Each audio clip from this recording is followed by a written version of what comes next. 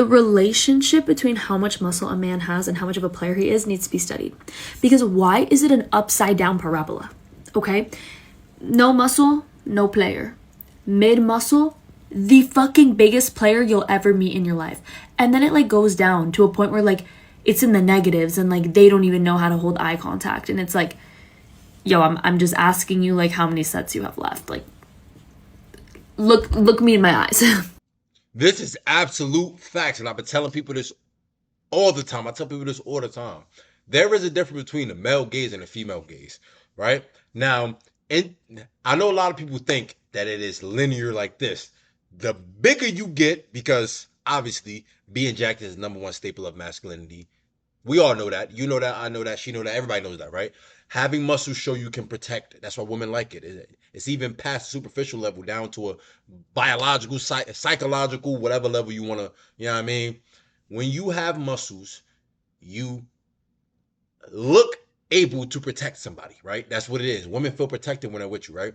So, in theory, right, it should be the bigger I get, the more women are attracted to me. Absolutely not, buddy. No, buddy. There is a point of diminishing return. And what I mean by that is there is a point in diminishing return where when you get too big, bro, you're going to look crazy, gang. You're going to look crazy, gang. You're going to look crazy. There's dudes at my gym, mad. Well, not at the gym I go to now, but there's dudes at the gym I went to who were like mad big bodybuilders. Like, yeah, what's up, man? Yeah, was good, but they don't get no biddies. Now it's for multiple reasons. One, you're too big, bro. You're mad stiff. You have no swagger. Like, come on, you too big, gang. You're 800 pounds all muscle, gang. What is we talking about right now? You need a bodybuilder, girl, because the difference is too much, right? The difference is too much. A feminine girl with the jackedest nigga in the whole galaxy. Come on, bro. Be for real. But yeah, it's diminishing returns when you get so big, and also because those people be the goofballs, niggas who was goofballs and thought that getting extremely jacked will fix everything. No, it will not.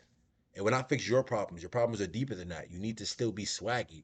There is a middle ground where you have just enough muscle, right? You're just jacked and lean enough to the point where you look athletic, right? Because women like athletes. Women like men who could do stuff. Not just you looking like this. I have mad muscle. Look at my head there. Come on, bro. Stop it. They like that type of thing. They I ain't gonna say like that. They love that. They love that.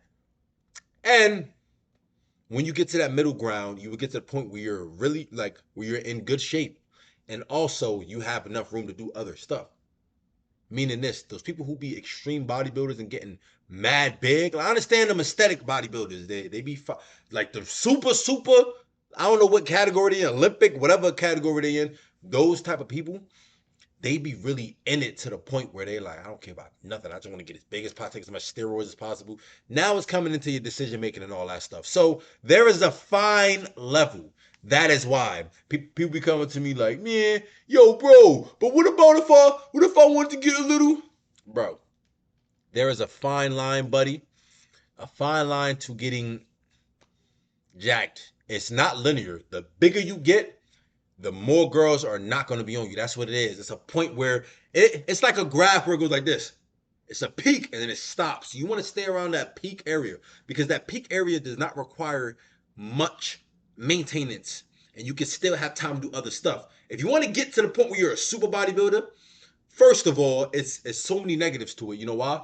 And if you want to do that personally, cool. But I'm talking about if you want to get attraction from women and stuff. So many negatives to it because not only do you have to blast your stuff with steroids, you have to take 10 million calories a day. You have to do all this extra stuff. You got to bulk cut, mad aggressive, mad this, risk all types of weird injuries and all that. And then dying at 30, like all the people be. But also you're going downhill. So now you have no biddies either. You're going through all that and you still got no biddies. And your physique is literally perfect on a bodybuilding level. And you still go to the bodybuilding show and get last place. How? You're mad jacked. How the freak you still got last place? I don't understand that. But I guess everybody else is mad jacked too. That's just what it is. So you want to stay in that range where you're, just aesthetic enough.